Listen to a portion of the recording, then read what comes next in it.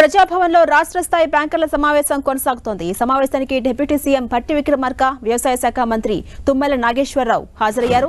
రైతు రుణమాఫీపై బ్యాంకర్లకు భట్టి విక్రమార్క, మంత్రి తుమ్మల నాగేశ్వరరావు దిశానిర్దేశం చేస్తున్నారు.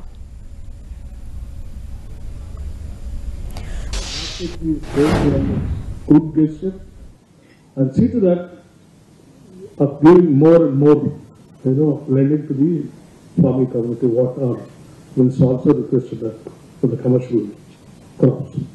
Sure, sir. Thank you. Thank you, sir. And now I request Sri Chandrasekhar Rao Garu, Canara Bank, to speak on the idea.